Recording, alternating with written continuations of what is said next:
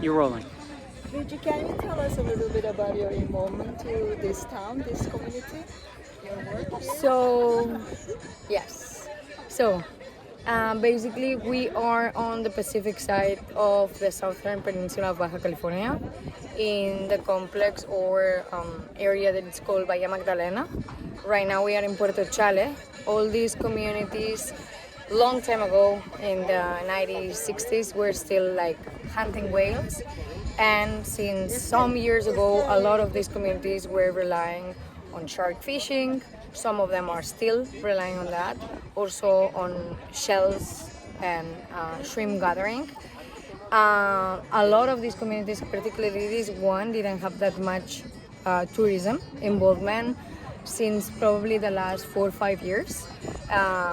I've been working within all the Magdalena Bay communities, which entails Puerto Chale, San Carlos, and Puerto Lopez Mateos, involved in different conservation projects.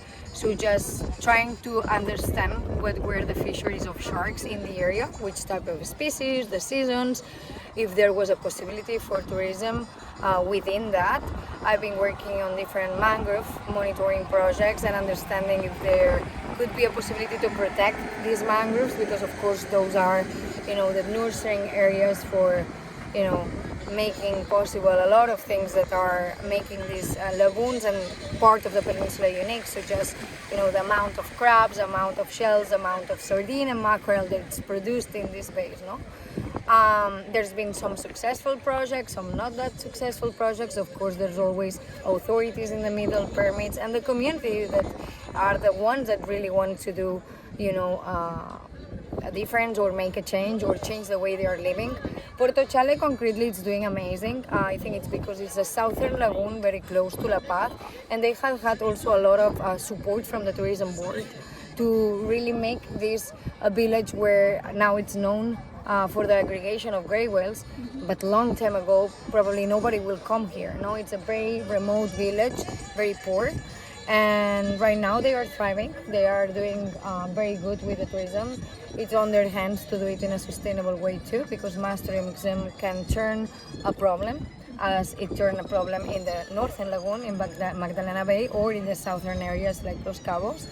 However, I'm very happy to remember the first time that I arrived to this community in 2015, and I saw some sharks playing on the sand in there, and like so many fish and things like this, even marlins, which is illegal to fish also in Baja. And now most of the families, I see them involved one way or another, maybe with a restaurant, maybe with a boat of tourism, with gray whale watching or birding, or a tiny hotel or like Airbnb. They are changing for at least some months their way of survival or making an economy. Also in the autumn, they also do marlin swimming in some of the lagoons, in this one and then the one northern. I think that not everybody was involved in fisheries, but most likely, look where we are at. What you are gonna do in a place like this where we are surrounded by dunes, ocean and mangroves is rely on the ocean for survival. So I'm very happy to see a transformation, at the same time that I'm very aware that we cannot rely only on one source of income, because our oceans are changing, the temperatures are changing, the migrations are changing. So I was just talking with them this morning, telling them, just remember that things as we are seeing right now might change as you remember that we had hundreds of sharks maybe 50 years ago, and that at some point themselves wanting to do something else, because a lot of communities that were relying on shark fishing so that they were fishing less and less sharks. It can happen the same with the whale watching. Migrations of these species are changing because of many things that we can't control from this location. And they need to understand that the biodiversity out here, it's amazing to do sustainable or regenerative tourism where it's not only about gray whales. It is about the birds, about the mangroves, about the ecosystems, about maybe the dolphins that are in the canals or the bays, no?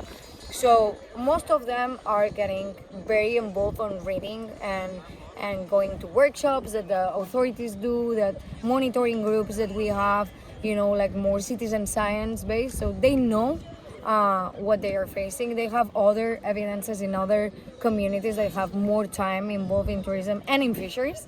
So I think these areas are, a hope spot for still being able to be modeled or like adapted for the world that we are living today, which it always needs a balance. Even if it's in fisheries or in tourism, it needs a balance. It cannot be always like extreme on any direction, no? So it is always beautiful to come back and see that the people now is living off more blue economy or green economy, whatever we want to call it. However, it is also very sad to see that every year we have less and less gray whales or even birds or even crabs, no? And yeah. Thank you so much for sharing with us.